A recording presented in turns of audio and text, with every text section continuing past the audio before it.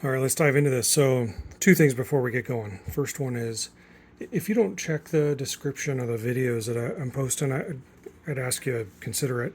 I tend to quote URLs, pricings, some of those things. I just give it my best guess during the video, and turns out more times than not, I'm probably wrong. So I put links to a lot of the stuff in the description. So be sure to check that stuff out. The second one is this is probably going to be a really controversial video. I get it. You've got purists, folks who believe one way and they're just simply, fuck them. They're not willing to consider anything else. This is for those of you looking for an affordable, easy way to tune your bike that works. Okay. This bike here, this is the Victory Octane. I've got 33,000 miles on this bike. And for the most part, I've run nothing but this EJK. So it's a Dobek controller. It's just the basic design, and then they license that out to different companies. And so EJK is a company that chose to use this Dobek.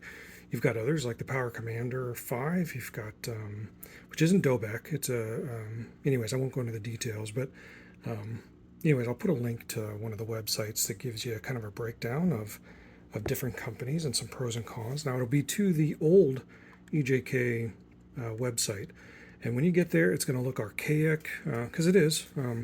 I recently learned they sold the company 2 years ago.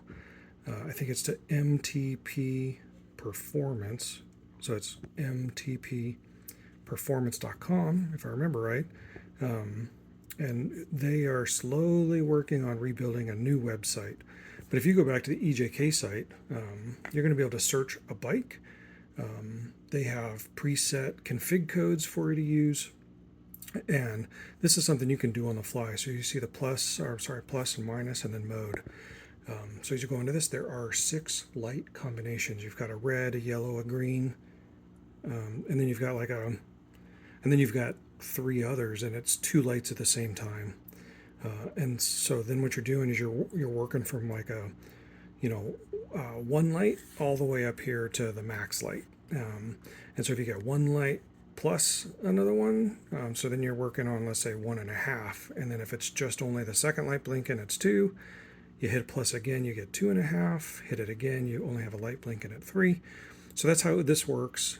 So again, on the original EJK site, you can get out there. You can search this. This works for Harleys, Indians, Victories, Yamahas, Kawasaki's. They've got controllers for a slew of bikes. Now again, the original website's super outdated. Even the new website's pretty outdated. I gave them a call because I was looking for an Indian Scout, and I think the latest year they had up there was 2018, maybe 2019.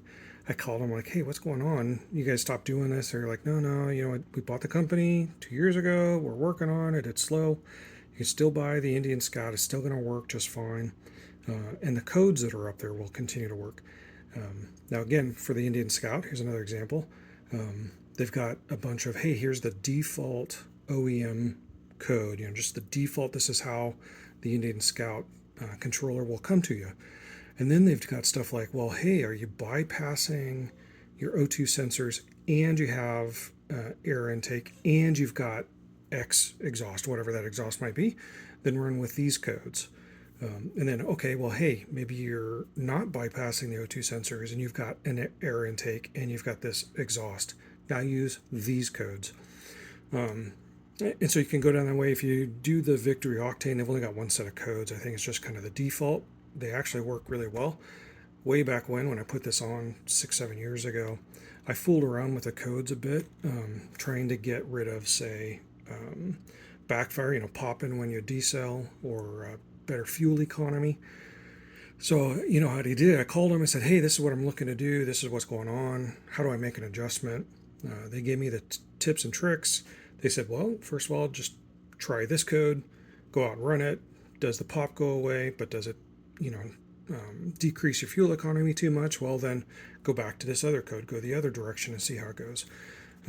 Same thing with like sluggish on a start, or not getting as much torque, some of that kind of stuff. So again, EJK, if you go to the MTP Performance website, you're going to see it's going to look just like this. But while I'll put the MTP performance URL in the description, I'm going to send you over here. I think it's, yeah, right here, electronicjetkit.com. That's the original website. And from there, like I said, they do, hey, this is what it's all about. This is what they do. The fuel controllers, that is, they give you, again, they list, I think, as a handful of their competitors. Some pros and cons. Now, again, it's a sales site, right? So can you trust all the pros and cons? That's up to you. Go do your own research on that part of it. But all right, all that said, where does the controversy come in? Well, you're going to get the pure folks. It's like, no, no, no, you've got to use a Power Vision. You've got to use a Power Commander. You've got to hook it up to a PC so you can modify any one of 600 different modifications. And you got to get it dyno-tuned, and you got to, yeah. Okay, so this here is going to be about 250, 300 bucks. You go for a Power Vision, you're looking at 350 to 450 or more, and you still got to take it to a shop. They've got to put it on a dyno. They're going to charge you for that. I know on my Scout Rogue, I bought the Power Vision. I think it was 400 bucks, 450, something like that. And then I took it to the local shop. It's actually one of the best shops in the region up here in the Pacific Northwest. But it cost me $650 to get the thing tuned.